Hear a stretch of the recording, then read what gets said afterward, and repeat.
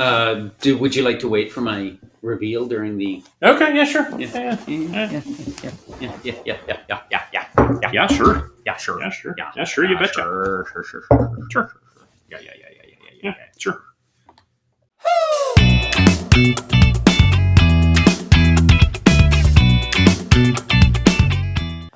Here we go. All right. Welcome to the next episode of Armchair Quarterbacks. I'm Tim. I'm Richard. And we are certainly going to get canceled after this one. Today's topic is what are the early warning signs that your cash flow is about to become a problem? You'll recall that last episode we talked about should you prioritize growth or profitability in your first 5 years. I think where we came down on that is for the most part, you want to prioritize growth, but that the caveat was, how are you funded? So depending on your funding mechanism, you may want to focus on profitability, but for the vast majority of entrepreneurs in younger technology companies, growth is the key to continued success.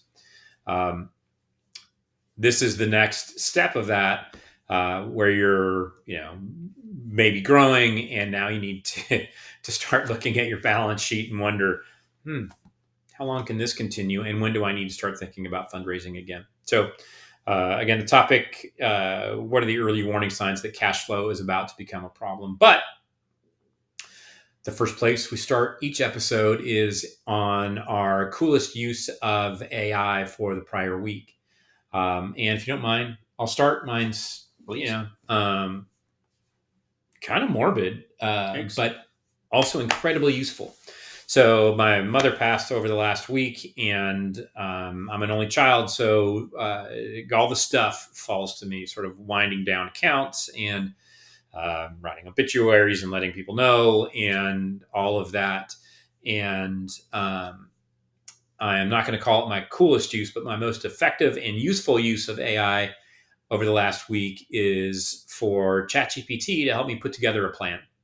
So a plan that is tasks that need to be complete, the prioritization of each task, the urgency of each task, and the way I handle priority and urgency when I'm creating task lists is priority and urgency are each on a scale from 1 to 3, 1 being most urgent or highest priority, and 3 being least urgent or lowest priority. And then a status column in a spreadsheet, and then kind of notes in that spreadsheet. And ChatGPT put together this really nice framework and actually took a crack at assigning urgency and priority, and it's probably 80% on the mark. And I had to add a few things to it just to make sure it's personalized to mom's situation. But for a person that I'm not thinking particularly clearly right now, and pretty sad a lot of the time, it really helped get me from 0 to 80% quickly. And then I became an editor and added on what needed to be added on. And now between my friends and my wife and I, we are executing against that list. So super handy use of ChatGPT. And you can see, of course, by extension, how else you could use that in any company and in any role, right? It just gets you moving along the road. So my use of AI this week. Excellent. That's an excellent use, Tim. Thanks so much. You're welcome. 3 quick things. Thing number 1 is I was having a client question my billing rates. I think it was less about wanting to argue with me on my billing rates and more about just not sure what a right answer looked like, right? Yeah. No context. And so I had it go look for examples. This is a publicly held company. I had to go look for examples of other publicly held companies that had fractional CFOs and what were their contracts. And it came up with like a list of 10 name, company, bill rates or compensation and any other notes, including, whether they got stock options or anything else, right? There was any, because one had there were several retainers, there were several by the hour, there were several with minimums. And so it would put like X numbers per hour, but minimum 130 hours a month or something like that, right? Is that in like quarterly reporting or something? Yeah, it scraped out all the, it scraped the publicly held companies' reports and just went and looked. So that's Cool. thing number one. Thing number two is dealing with a entrepreneur who is raising money. It's the first time she's had to raise money. So she has a very thick deck. No. It's common that entrepreneurs are not sure what is important because everything is important because it's their baby, right? I mean, that's not a critique. That is merely an observation in that, right? Everything is important to them and they love it so much. So why won't everybody else think it's important? Well, investors don't have time or energy to sit and listen. Yeah.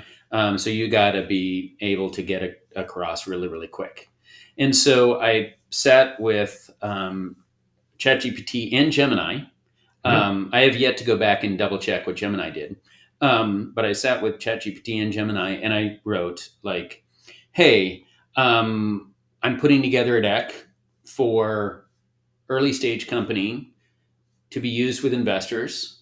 My typical structure is this. And I went through like the 9 slides that I would want in there.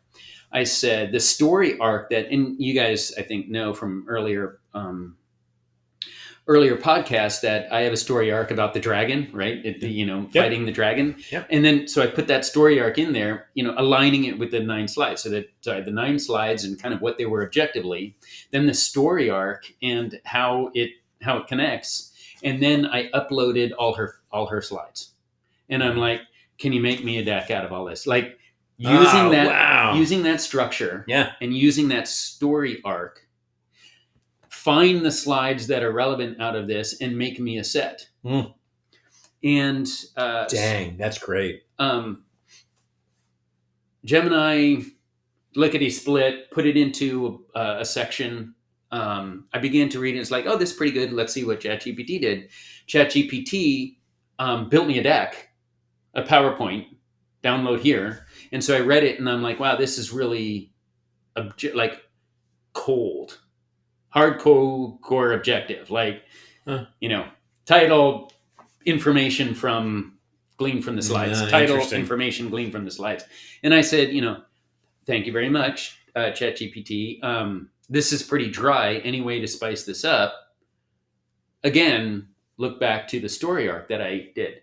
And then it did like this fantastic metaphorical thing that included the story arc in, like, it made a story from her slides using my arc. Now it was way too heavily indexed in the dragon story. Like, I mean, it like was overly talking about the dragon. Like it was a Disney story. So then I just told it to marry the two, boil it back, and then it was light on because her data was light on her slides were light on data. And so I said, what would, please include what the customer, what they would face if they didn't use this. Like, we've talked about the dragon and the burning of the crops for the village, but what does the customer, the village, what's really the equivalent of the burning crops, right? We've kind of just said that they need to do better in this area, but can you really give me some specifics? And so it went out, came back and added a couple of slides of just like, here's the cost, right, of not doing it right, not using this service, hard costs of not doing the service. And then another slide was, here are the lost revenue opportunities by doing it too late, like the cost of not doing it right. So I'm like, okay, that is the real cost of the dragon, right? That's the real dragon. Yeah. So I have yet to kind of compile it, and I'm meeting again with her on Friday. So I want to do it by then, but I was not feeling it yesterday. I was sitting on my Sunday, right? I was sitting on my couch and I'm like, man, I really need to move this forward a little. Like I need to do something. I'm like, but I don't want to. So I just had ChatGPT do it for me. Yeah. And your point about it being 60, 70, 80% right? Yeah. Always, right? It always, so then I'm in edit mode, not, right? I'm taking parts and pieces. I like this, I don't like this. And it kept throwing it into a deck for me. So I just would open it up and it's like asking me, do you want me to put pictures in? No, she's got her own marketing brand. So I need to put it into her deck. But I bet it can do that for me too. So yeah, it can. Anyway, so I'll give them her deck outline and color scheme and right, because she's got brand. What do you call that? You call brand voice? Brand no brand assets. Yeah. So which fonts, which colors with the hex color brand codes? guide. Yeah, brand guide. So I think I'll just give it that brand guide and then make it do the next round, and then I can just edit from there. Does she have a website? She does. Okay. We are releasing tomorrow. Loop Marketing Mentor. So the concept of marketing has been focused on inbound marketing for years. Because primarily of AI, this concept of inbound marketing has evolved beyond it. And there's now this concept of loop marketing, which is a continuous loop of communications and evolving of messages very rapidly, based on the foundational elements of AI, to create a message. Tomorrow we are launching Loop Marketing Mentor, which you'll be able to link to from our website. I'll make sure that we link to it in the show notes here as well. And there's two ways to use the Loop Marketing Mentor, which is the purpose of Loop Marketing Mentor is to clearly identify your brand voice. So there's two ways to use it. The first is there's a form. You can walk through the form, enter things manually. The other way to do it is put in your URL and AI will go crawl your website and come back with a draft of what AI believes your brand voice is. And it's a great way to just vet how the rest of the world looks at your content. If you feel like you know it, for us, I felt like I knew our brand voice pretty well, but I didn't understand outside perception only from my point of view. I pointed Loop Marketing Mentor at this thing and it went out and crawled our website. And now I have a pretty good sense of how the rest of the world views our brand. So it's a long way to say, let's do that for her tomorrow. Yeah, it'll be fun. Yeah, let's do that for her tomorrow for sure. Yeah. Third thing I want to talk about. Sorry. Guess what? What, Richard? There was an article that I came across. It said the number one country western song in America is AI. And certain genres of music can be formulaic. So I was waiting, right? K-pop. I'm going to insult people, so never mind. Go ahead. K-pop, for example, like boy band music is often pretty formulaic. This is more country rap, right? Kind of that modern country where it's kind of the voiceover is rapped. Not sure if you can see, but the cover art always has him, in shadow. They did give him a face, but he has two songs. I listened to them. They're not bad. It's interesting that you referred to it as he. Oh yeah. Well, they did give him it's a male's voice. It's a very masculine voice. Let's just say that. It's a masculine voice. It's a masculine looking shadow. They did at one point give him a an image that looks very very much like a male.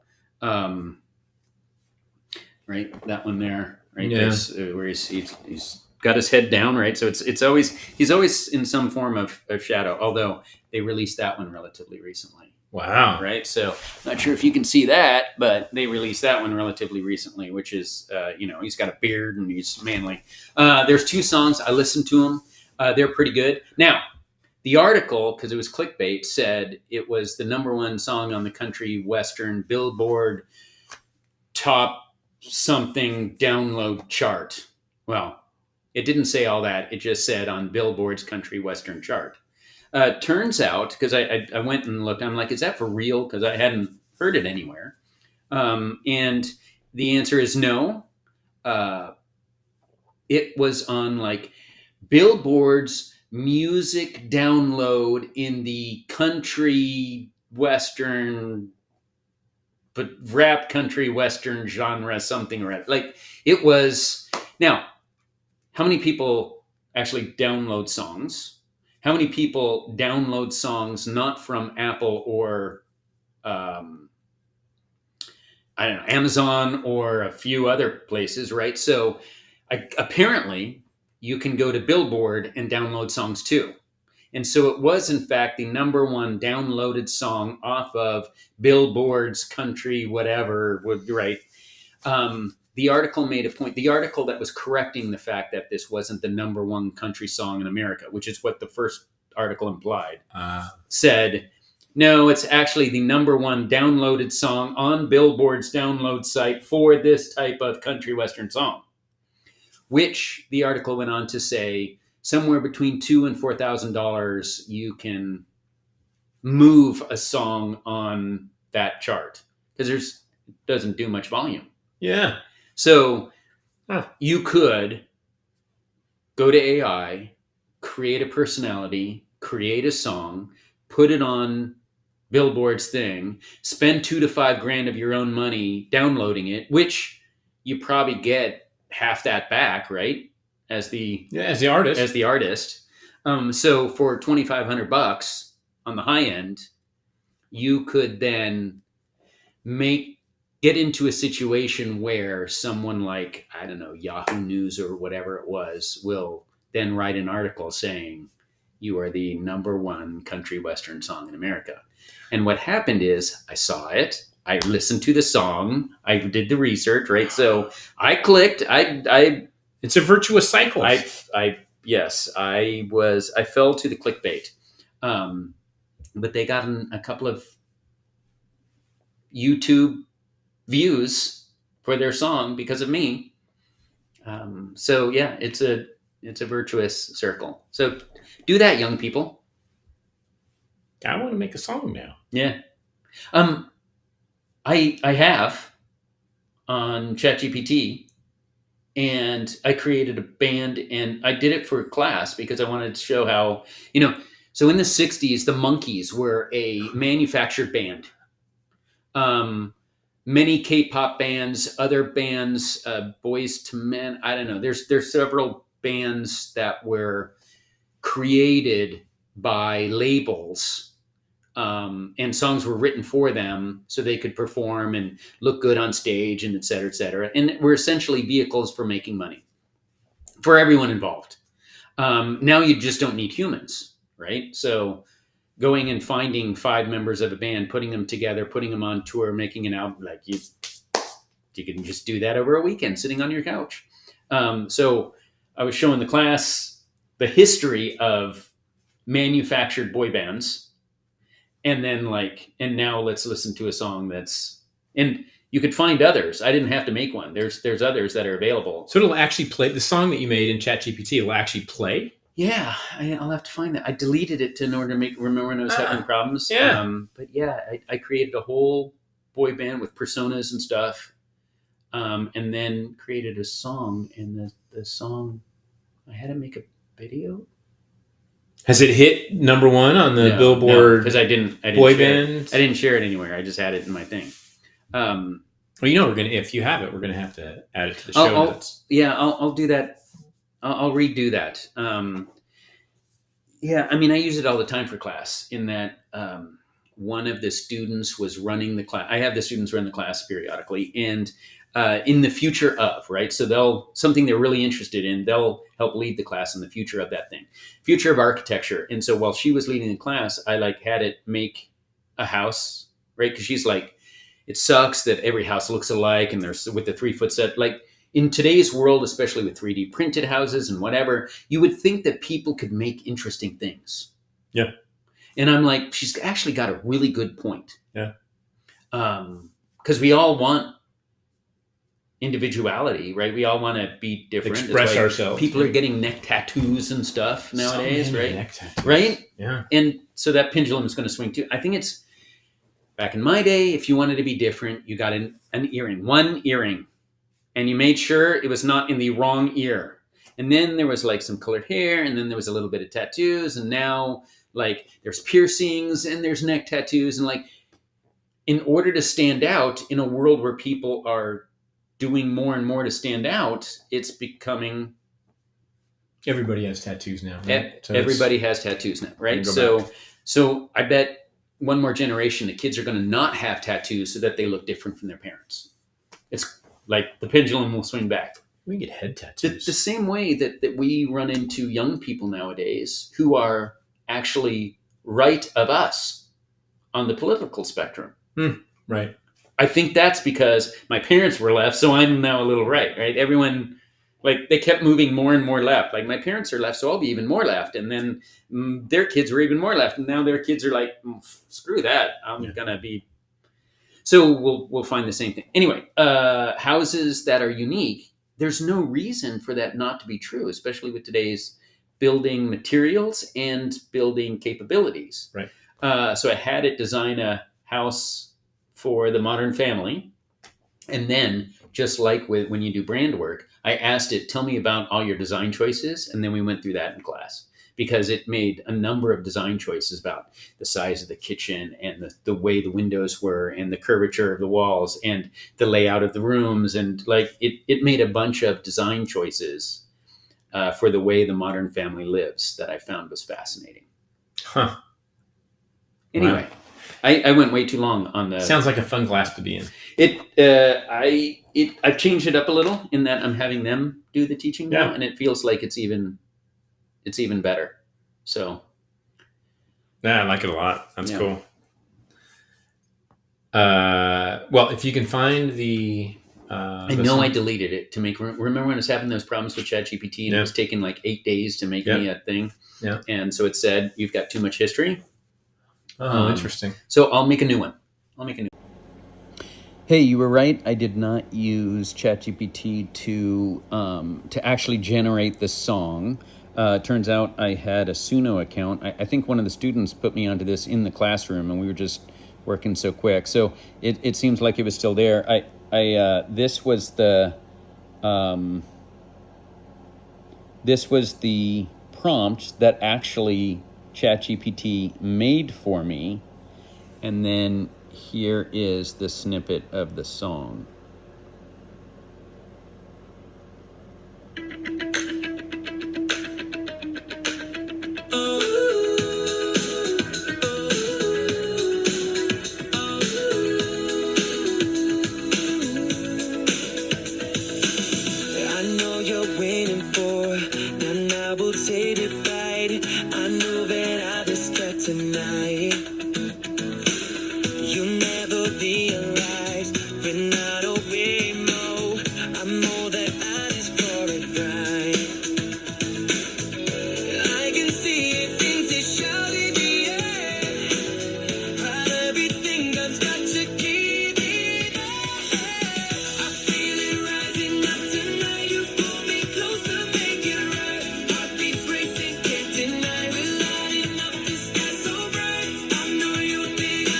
Anyway, that's it.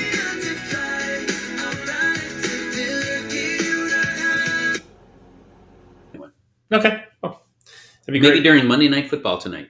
Oh, I think it's kind of a crappy game. So yeah. Who is it? Raiders Dallas. Raiders Dallas. Yeah. Dallas at the Raiders. Yeah. Yeah. That's I like the coach of the Raiders. Oh, we're supposed to be making predictions. Yeah, and we didn't do so well last time. I think I because won we're not last gonna. time. Let's just be clear. Yeah. I Oh won. yeah, he won last time. I won. The last time we made a prediction. But by the time it gets posted up, it's like a week later. So what we need to do is we need to figure out what game is next week and make a prediction for next week. That way, when it gets posted, Oh my goodness. then see what I mean? Yep.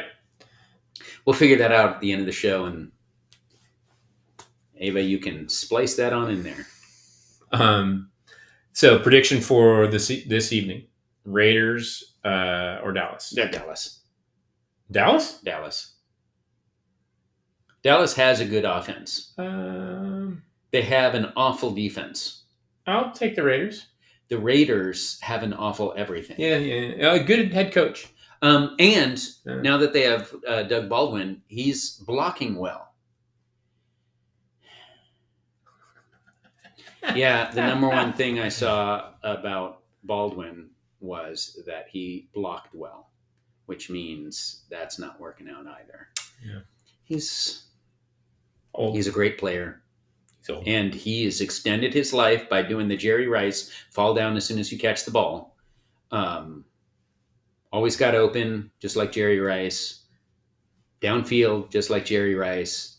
Went down before getting hit, just like Jerry Rice, and lasted a ton of years. So great, good for him. And yeah, the Raiders suck right now. Sorry, Raiders. Sorry, Raiders fans. Sorry, Pete. All right. Should we talk about cash flow? Let's talk about cash flow. Yeah. All right. So grow. Now you got to worry about cash. When do you know that, or when can you begin to think about cash flow being a problem? Yeah. We were talking about that. Can I steal your thunder? Oh, yeah. We were talking about this prior to beginning the taping. And Richard's point was, well, when you have negative cash flow, that's when you should worry about it. Kind of. Yeah. That's because when you're out of money, you're out of business. So there is that reality. So going back, we had said growth for those of you that are financed externally by investors, right? So equity, those of you that have taken on equity investments, you're going to want to grow into those equity investments, right? And justify an even higher step up in valuation. If you were debt financed or self-financed and you need the money, then, profitability, right? So because you need that profitability, you need that cash flow to service the debt. So the same thing is true here in that if you are using your profitability to finance your lifestyle, like you got, or to service debt, then you need the cash flow to do so, and then grow on top of that, right? If you are equity financed, you're financed certainly by VCs, by angels. Let's not talk about PE firms, but your young business financed by angels, going through your seed round, financed by VCs, going through your Series A, then you absolutely want growth. And so you're going to be burning money, right? The whole idea is growth or profitability. That presumes growth means not profitability, right? Otherwise, because you're investing too heavily to grow. Because you're investing too heavily, right? You're investing in product before revenue. So let's say you're a seed stage, you're investing in that MVP, right? Your minimum viable product. Now you've built your minimum viable product. You're looking for product market fit. So you're investing in figuring out what market wants your product the most or is willing to spend the most on it. You're figuring out what you need to invest in the product to make it fit for that market. So finding product market fit, those two stages, you're absolutely burning money. Third stage is now you've got your MVP out there, you found product market fit. Now you're doing go to market fit, meaning you're figuring out the levers to pull in order to know exactly how to hit that big ramp. you're also burning money. And then in terms of going up the big ramp, the faster you grow, often the faster you burn money because of the investment you need in working capital, the investment you need in inventory or to build capacity, the investment you need in building receivables, right? So if you're doubling every month and your customers are taking 30 days to pay their bills, that means your receivables are growing as quickly as your revenues are growing. Can I give two great examples Please. of this? Amazon, unprofitable for 20 years. Flip the switch, phenomenally profitable. Scaled their business. I mean, yeah, just an amazing story. So that's one, intentionally unprofitable. Grow so big they could quick grow. was their mission. Yep. That was their statement. Grow big quick. The other one that's super topical right now is every LLM, right? Every AI company is investing in infrastructure so heavily, and it's all that capital expense. They won't be profitable for a long time. But again, they're getting big quick, and they're investing in the infrastructure so that they can be the winner. I think the LLMs are making the bet that there's only going to be a couple winners. That this is not going to be a ubiquitous type technology, that there'll be two or three that everything else is built on. So then the question becomes, are you burning cash too fast? Right? And there's kind of three measures I'd like you to think about. Measure number one is, how are you burning relative to your plan? So if you raise like 18 months worth of cash and it looks like you're going to burn through it in 12, that should cause you concern, right? That should cause you concern. Measure number two is, how are you burning relative to your KPIs, your key performance indicators? Now, let's say you raised 18 months of cash and you're going to burn it in 12. You realize you're on a pace to burn it in 12, but you're going to double your customer count. You're going to double your product releases, right? Whatever the key performance indicators are that are an indicator of your value, right? You don't have profitability to show your value. So is it eyeballs? Is it downloads? Is it whatever Inventory. it is? Inventory.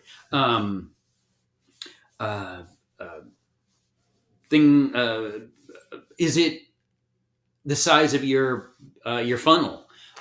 Is it how quickly, the speed at which your funnel is converting? Is it whatever it is?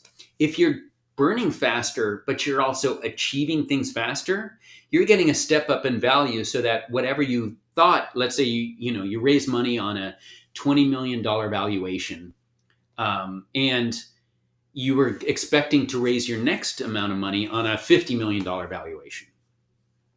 And that $50 million valuation was, well, when we achieve this level of sales, when we achieve this level of downloads, when we achieve this level of eyeballs, when we achieve this level of product throughput, whatever it is, and you're achieving that faster, well, then all you're doing is you're pulling that 50 million in closer. So you should be able to, if you're hitting your numbers, you should be able to raise that money sooner, right? So how am I doing against budget? How is that relative to the KPIs I wanted to achieve in order to raise my next batch of money? And then the third thing I would say is, do a work back plan, which is, God forbid you raise money to last 2 years. You're going to burn through it in 6 months, but you're doing fantastic. What I mean by a work back plan is, okay, I'm going to have to start my next fundraise early. I'm achieving things faster, but I'm going to start it early. So I want to raise money now. It's November now. I got 6 months worth of cash. So that means it's May, 5th month of the year, May. So that means I have to raise money. I have to have it in hand in May, or else I'm going to start missing paychecks, right? So I have to have it in hand in May.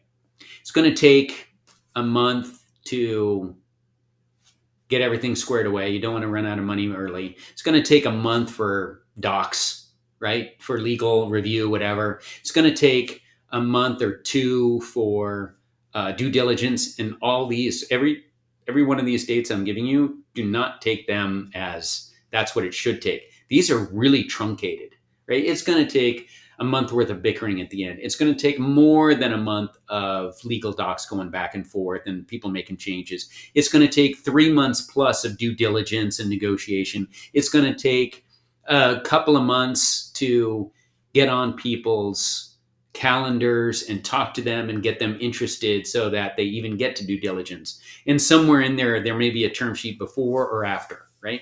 Due diligence. So it takes at least 6 months to raise money, at least 6 months to raise money. And that's if you know the people you're going after and you can get on their calendar quick.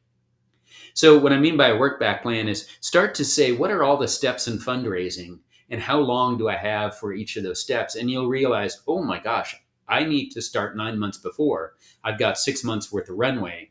I need to now adjust my spend to make up for those 3 months.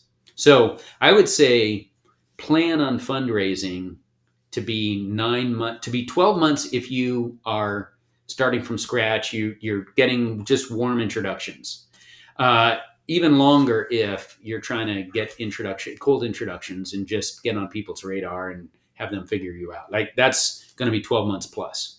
9 months if it's warm introductions. 6 months if they're already in your cap table, meaning they invested in you last time and they'll help lead the round or find other people to lead the round for this next round. You're not going to get it done in 6 months or less. So if your burn is such that it's 6 months or less, you've got a problem. You've got a big problem. So cut your burn, figure out how and where you cut your burn in order to extend it to at least 9 months. And in that case, you need to start your warm introductions. You need to get on people's calendars right now. And your pushback might be, well, if I just take a couple more months, I'll be able to show them so much more success. Great, but just know then you're going to raise 9 months after that. So now adjust your spends to be 12 months or whatever you like. Richard, I want 3 months to prove my performance. Then I need the 9 months to fundraise. So make sure your burn is 12 months out. Does that make sense? It does make sense. I am curious about, let's say, top 3 ways to control your spend. Like what are the buckets that you would look? I'm an entrepreneur. I have 6 months of cash. I have a 9-month cycle to raise. What can I look at? And I am a SaaS company. Okay. What can I do to control that? Early stage companies, just about in any industry, oddly enough, are going to be between 70 and 80% staff costs. So that's salaries, taxes, and benefits. You got to go where the money is. Unfortunately, that's going to be salaries, taxes, and benefits. I work with people to extend their runways or do a restructuring or something like that. And inevitably they're like, oh, we can cut back on office expense and we'll get people to, we can. They'll bring in their own coffee. I was literally just about to say coffee. You are not going to add a month to your runway by dealing with coffee. So let's go back. Let's say you've got, just to keep our numbers round, just to keep our numbers easy to calculate. Let's say you're burning $1 million a month, 100,000 a month. Which do you like better? Million or 100,000? A million feels like it's too big. Yeah, you're burning 100,000 a month. 70 to 80,000 of that is going to be people cost. 7 to 10,000 of that is going to be facilities. If you're virtual, congratulations. But for a lot of folks, between connectivity, rent, utilities, whatnot, that's going to be 7 to 10 grand a month. So now you're at 80 of the $100,000. Insurance, um, telephone connectivity, things like that, going to be another 3-4 grand a month. So you went from 70 to 80, you're at 85 now. The last $15,000 a month, that's going to be travel, legal, coffee, everything else. So I put them in those three buckets to say 70 to 80% of your costs are going to be human. Of the 20 to 30 that's left, half of that is going to be fixed and not be really hard to manage. And the other half is going to be manageable, right? So you're talking that out of 100,000 burn, maybe 15, 10 to 15 may be manageable. And of that, you really can only manage 50%. You're not going to take your sales folks and say, you get no marketing spend, you get no travel, and that trade show you wanted to do, don't do it, right? And that trade show is probably 2 months of that 15 grand, right? Yeah. So you can't go to zero. So that means you've really got, out of that 15 grand, you've got like 7.5 that's manageable. Okay, so let's go back to the fact you're burning 100,000 a month. In order to add another month over 6 months, you need to get another. You need to cut that down from 100,000 a month to over 6 months, because you're going to burn 600,000 over that 6 months. So that means you need to, if you wanted to add another month, you want to burn $600,000 over 7 months, which is 14%. Yeah, 1/6. You want to reduce by 1/6 to add one more month. You're not going to do that with 5-10 grand. You need to cut, right? You need to cut 50-60 grand out, get all those months down from 100 grand to like 70 grand, spend 70 grand over an extended number of months, because at 30 grand, after 3, you're essentially saving up 1 month. After 6, you're saving up a couple of months, right? So if you really want to move the dial, you need to think about cutting by 20 to 30%, right? In my example just now, I said 30%, cutting by 30 grand. 30% is a big cut and has to include people. So that's my advice, is if you want to move the dial, in most businesses, people costs are going to be 70 to 80%.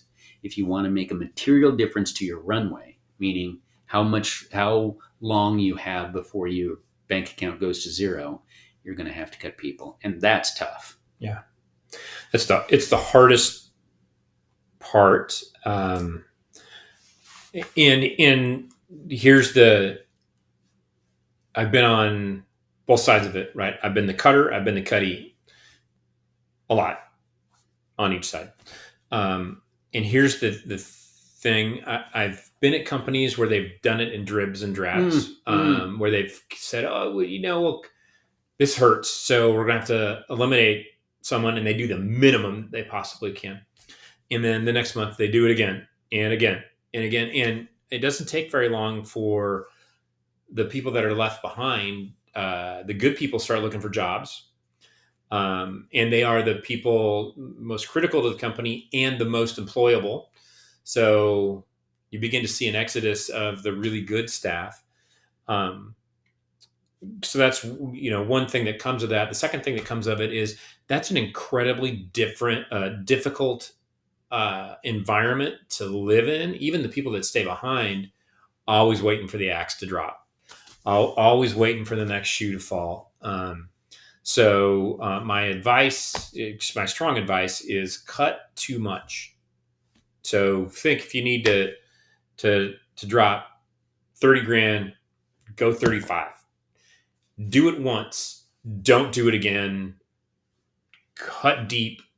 And if you absolutely have to, you can bring somebody back, but get it over with cleanly and quickly. 100%. Couldn't agree with you more. Death by 1,000 paper cuts Mm. is awful for the morale of an organization. And so the way I say it exactly the same, which is do it faster than you think you have to, do it deeper than you think you have to. Yeah. Going back to our example of 100,000 a month, you're going to burn 1.2 million over 12 months. If you make cuts 12 months out, you make those you can afford to make those cuts half of what you would 6 months out, right? At 6 months out, now you've got to make them twice as deep. So waiting costs a lot. Waiting hurts. So make them as early as you can. Make them before you think you have to. And then cut deeper than you think you have to. Because going back to the well is way more painful. And in fact, it's actually better for morale to come back 2 months later and be like, you know what? Things are better than I thought they'd be. So we're going to add someone back. Now people are like, oh, thank God. Right? Now we're growing again. Now you're growing again. And honest to God, that is how people will feel about it. So cut earlier than you think you have to, cut deeper than you think you have to. 100%. Yeah. Yeah. Okay. So there's a couple so cuts are one way to save money. Being from the commercial side of businesses, I've had finance types in our customers slow pay, no pay. So talk to me about those options as, you're, say you cut and you got as deep as you could and, you still have a cash problem, maybe you see a light at the end of the tunnel and you're trying to get another quarter or something. So tell me about the way, and I won't say you, but I'll say finance people in general or the finance industry thinks about slow or no paying vendors. Yeah. So it's tough to do with a bank. You can't really not pay your debt to a bank. They get pretty upset, and they have the ability to do something about it. Yeah. So I wouldn't necessarily recommend doing that. Can I pause you though? Please. You can renegotiate with your bank. Yeah. No. So your bank wants you to make your payments. They also don't want to mess around selling your stuff. So, again, if you think you're close, you got to go back to your bank and say, look, man, I think we're super close. I need you to waive interest payments, or I need you to let me take 3 months without making this loan payment, and we'll be in good shape.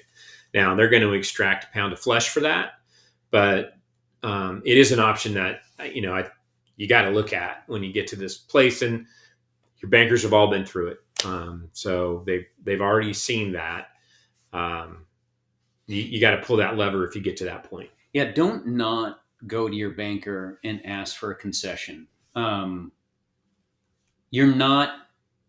People sometimes are worried, like, oh, well, I'm telegraphing that things aren't okay, and I don't want to do that. And it's like, no, treat them like a partner, bring them in the loop. They'll honor and respect that, and they'll actually if they feel like you're being honest with them, many times they'll be an honest broker with you, especially if they're a good bank and have a good reputation. Like Tim says, I have talked to banks before, and I've gotten concessions 6 months, no principal. I've gotten concessions where, but the company was in trouble, right? So it's like, and you have to show that there is a path out. Like them making concession that's really not going to move the needle. That's not going to. They're not going to do that. But if you're like, man, I've got this big deal on the horizon. If I could just get a little bit more time, or man, I need to cut my burn to the next fundraise, right? I realize I'm on a 6-month burn. I need to get to 9 months, and you're part of the problem. They will. What they'll want to talk to your investors or things like that to get a sense as to your likelihood of raising the next round. But they will give you concessions. Like I said, not too long ago, I got a concession where the got a 6-month hiatus on principal payments.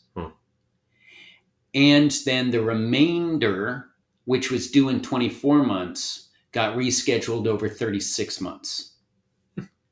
So it has saved $800,000 at the end of 2026 in principal payments.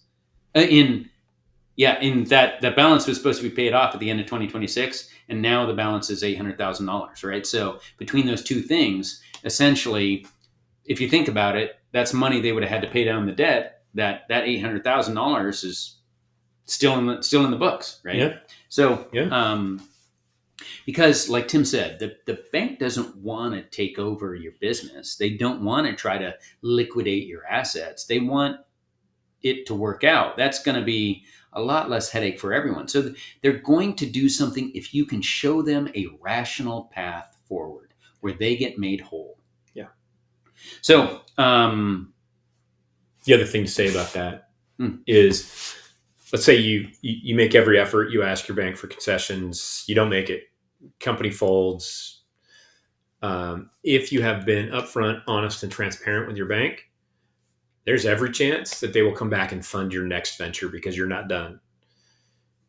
That was one failure. The average entrepreneur has 7 failures before they hit it big.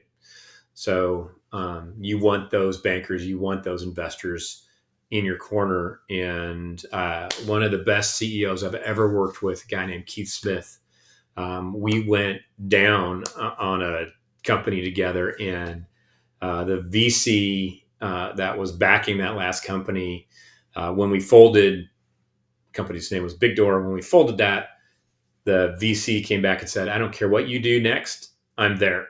So be honest and transparent with your bankers. Sorry. No. And that's true with a number of investors on the investor side. But banks too, but particularly on the investor side, you'll find that if you show them that you honored their money and you really, really tried and you fought every inch of the way and you did, blood, sweat, and tears, and you didn't give up, they'll be like, well, crap, he's going to hit it one of these days. I'll be around for the next one, right? Yep. Especially VCs, when they know the numbers, they're okay with a write-off. They're okay with a write-off if they figure it can increase their probability of a home run at some point. They're like, money well spent. Well spent. Yeah. And VCs, as we said in maybe the first episode, VCs bet on teams and people.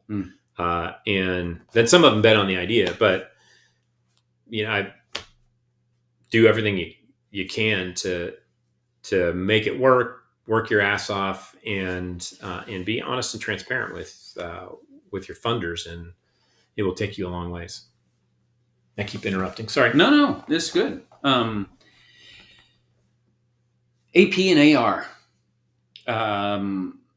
So we talked about banks. We talked about investors. If you can't get the investor money in, and remember, they'll play the game to try to get you to the point where you're scared, and then you're willing to take a cheaper deal, right? You'll take they'll get more things, and so expect that your investors, you're like a VC, certainly a PE firm, but a VC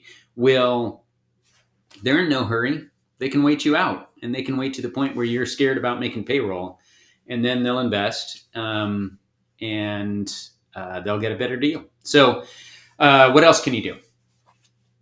The cheapest money, because it doesn't necessarily have interest, and it certainly doesn't give away equity, is customer money. So if there's any way that you can get customer money. Now, this can be not like going to your customers and saying, hey, I'll give you a discount on your receivable if you pay it up front, but the next project you do with them, how much of that can you get up front? Can you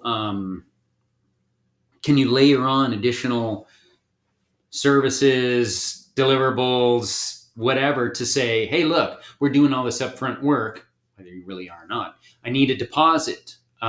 So getting customer money is the cheapest form of financing you can do.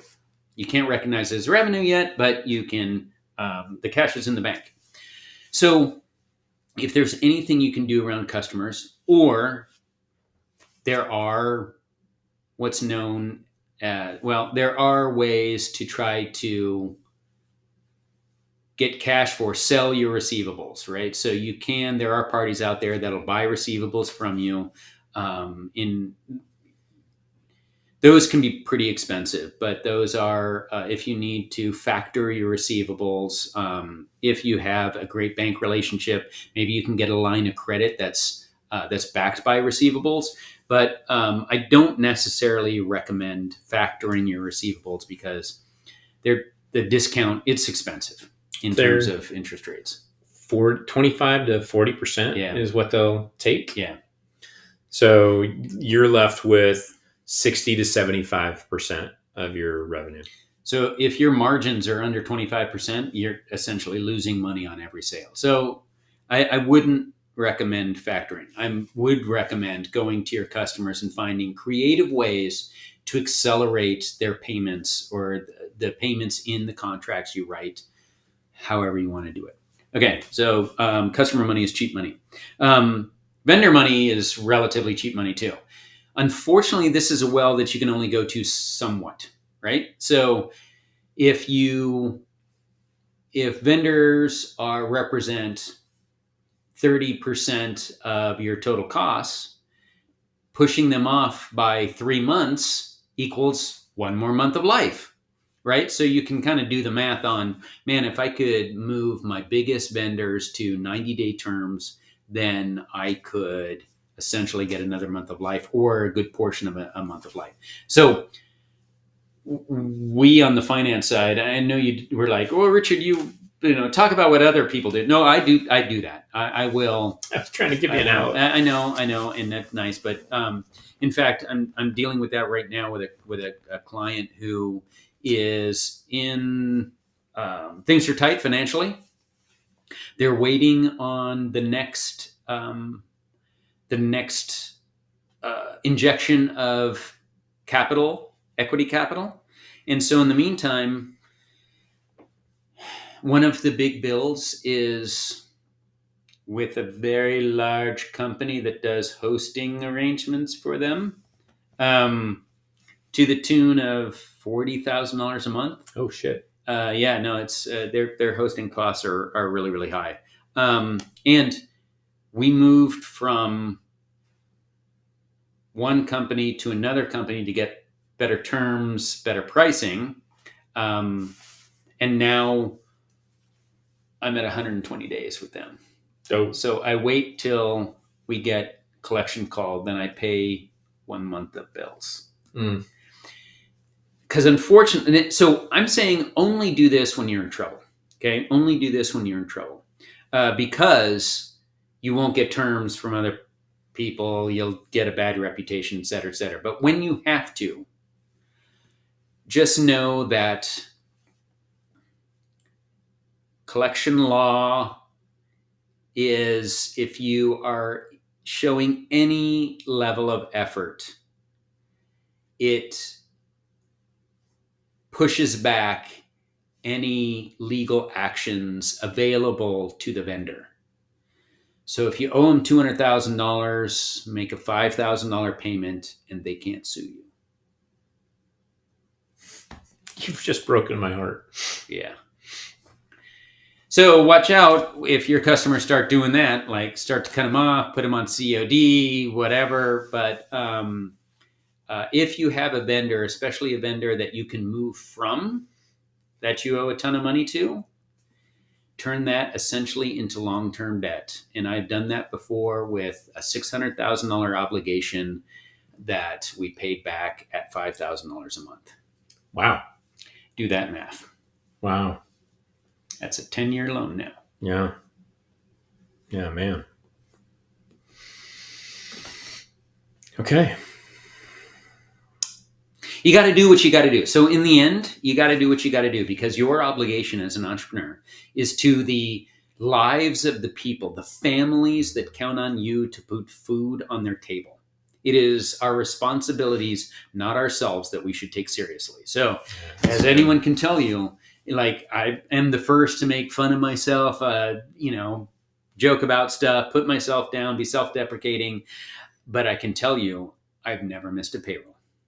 So don't miss payroll. You can mess with vendors' money. You can mess with customers' money. You can mess with banks' money. You can mess with equity money. Don't do it a lot because you'll get a bad reputation and they won't come back to the well. Like Tim said, you honor these people and they'll come back to you. But you do what you have to do when times are tight. You don't go to Vegas and bet that, put it all on black. Put it all on black. Yeah. You do honorable, normal things, but you never mess with the families that are counting on you. Yep. And you start early. If you have to let some of those families go to protect the others, right? Going back to having to do layoffs, you do that. You absolutely do that.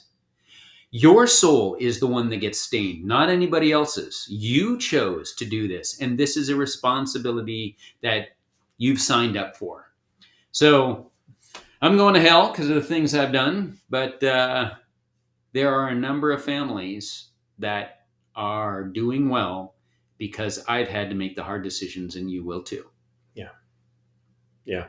To that end, I'll say this. I asked my leadership team a couple of months ago, and this is I think a good exercise for every CEO to go through with every company that they have, to force stack rank every single employee in your company from most critical to least critical.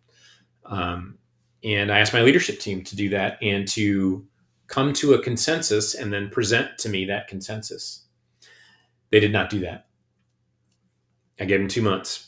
I gave them 2 weeks. They took 2 months. And then on our last leadership team call, we pulled up the spreadsheet and we went through a stack ranking. And what was interesting is they had an aversion to doing it. But when we actually sat down and went through the exercise, it didn't take that long. Yeah. They engaged, and it didn't take long. It was very logical, and it was an animated, good discussion. There was some disagreements. We worked through the disagreements, but at the end of the day, it was a pretty positive exercise. And that's what I'll say, is that for the most part, in most situations, this is a thought exercise, right? I was trying to up-level my leadership team. I was trying to get them to think as business owners and to prepare themselves to make these difficult decisions. Now, we're having a record year. We don't have any financial problems this year. Doesn't mean that next year we're not going to have financial problems. And I just wanted to orient them to this type of thinking so that when it really matters, we can actually do it and they don't freeze. It's a good exercise. I encourage you to do it annually. I excluded my leadership team people from that list. And I made that call. So I have now a stack ranking from myself all the way through the final person on the list. And God forbid we ever get into a situation where we need to let people go. Now we know where to start. And that, would be done from a place of honoring that individual. Oh, and here's another one. That individual or those individuals. And there's 2 lessons that I've learned over this. First, if you need to, as you let people go, be as generous as you possibly can. It is a shitty time and a shitty thing to go through, to be let go for any reason. And you may have no money to give them or to help them or to extend their health care. You may have that well may be dry. And if it is, that's the way it is. But if you have the option to be generous, be as generous as you can. So that's thing 1. Thing 2, I can't think of a time when there's been a layoff where the individual being released hasn't gone on to something that was a better fit, where they up-leveled, where it was a great step in their career. And this is not for cause, right? This is just somebody that, needed to be let go because of financial reasons, maybe. But I've only gained this understanding through experience. I'm hoping to pass on to you. It's terrible to let somebody go. It feels like a failure. I worry about that person, that person's family, that person's, house and their obligations. I have yet to see in well over 30 years of working someone not go on to something that fits better.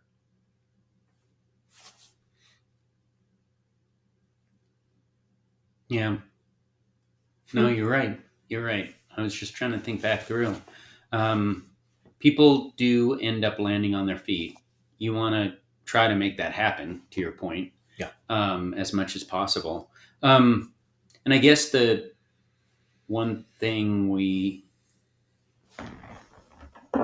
didn't even imply in that conversation yet was, think about a management team salary cut as well. What would it take? Is it possible to do a 10% cut, a 15% cut, a 20% cut? And even if that's not really possible to do, is it possible to do temporarily? Because, usually you're trying to bridge across to a funding event, a turnaround, something like so. Hey, can the management team take a 10+% haircut for the next 3 months? And sometimes it's even, can you take a 10-20% haircut for 3 months? And if we get funded, you get it back. And if we don't, well, everybody's out. Or exchange it for equity. So I've done that before, and I'm always surprised how much the managers I've worked with are willing to consider that before going to the next tier down on the hierarchy of who we have to let go, right? Yeah. So a lot of times they're like, well, there's some low-hanging fruit. We'll get rid of these 3 or 4 people. And then, you know what? Let's all of us take a cut before we get into because the next one is muscle and bone, right? Yeah. The next level is muscle and bone. And we're willing to take, and from the cheap seats where you got to talk to the people as a whole about what happened and what you're doing and why, being able to tell folks like, hey team, we had to let go some folks today for financial reasons. We eliminated those roles. There's friends of yours that you're no longer going to be working with, and management, took a cut too. It's much easier to say that rather than, we went deeper than we had to because management wouldn't do anything. Right. So keep that in mind as well. Yeah. That has always worked out well. Yeah. Yep. So maybe the overarching message here is there's lots of levers to pull to extend cash. Yeah. So to summarize. Yeah. So lots of levers to pull to extend cash.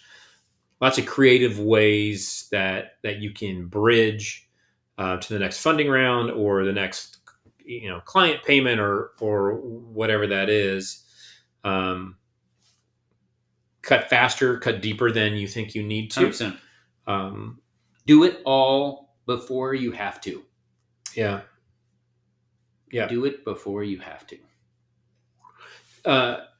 So the sort of the name of this, or the focal point topic of this episode was, what are the early warning signs of your cash flow is about to become a problem? We touched on that, and we talked about what to do if you identify that. So let's just circle back around and close off. And this won't be a complete discussion, but some early warning signs that your cash flow is about to become a problem. One, you're negative every month, right? You're losing money, but if you weren't expecting to, there you go. That's where I was going to go with that. Yep. And even if you were expecting to, and you're in this growth mode that we talked about last episode at the beginning of this episode, and you're expecting to fundraise, keep your eye on how easy is it for you to raise the next round. How much interest do you have? Are the people that are on your cap table pre-committing to the next round? So how easy does it appear to be? And this part of this is a gut level decision to get to the next round. If it appears easy and you have pre-commitments, probably don't need to worry about cash flow quite as much. You don't want to go, blow it on hookers and Lamborghinis. I got some stories about that. But so still be proper. Appropriate. I worked in the mobile industry. I was going to say in the early days. You can't not tell now. Oh my God! Quick story. So mobile messaging. Lamborghinis and blow. Oh my God! And hookers on skateboards in the office. It was Wolf of Wall Street. We pulled into this client to talk to them about their messaging. It's massive client, and drive up in our little taxi, get to their amazingly beautiful office overlooking the water. 3 Lamborghinis parked out front. Walk in, and there's these electric skateboards with all these hot people riding around. It was stupid.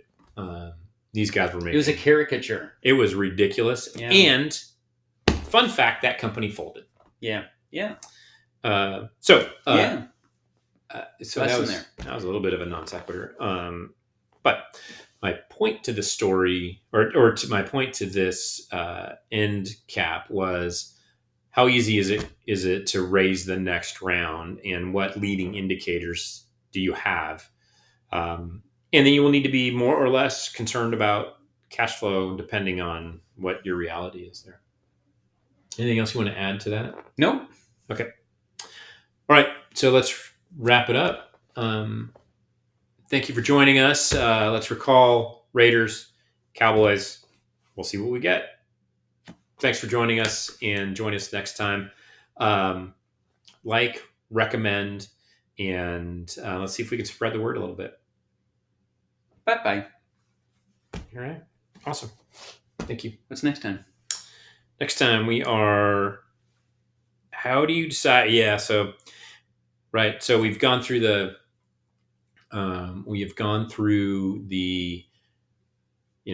grow, cash flow. And now how do you spend that cash that you have, right? Do you bring stuff in-house, or do you outsource? So that'll be a good one. You probably have a lot more on that than I do. It's interesting, given our model, right? So I guess we have 3, right? We have full-time U.S. employees, we have offshore employees, and then we have this kind of stable of trusted partners that we use as well for some things. And the partners that we use for things that we're trying. So there were a couple different solution area. Oh, am I keeping you awake? Yeah. Yeah. Okay. Sorry. It's been a tough day. I'm sorry to hear that. No, it's been a fine day. So Ava's all is good. She pissed you off again, didn't she? No, she's fine. Kidding, David. Okay. But no, you'll have more to say on this than I will. Yeah, that'll be good. Be a good conversation. Shall we stop and go watch some football? Bye.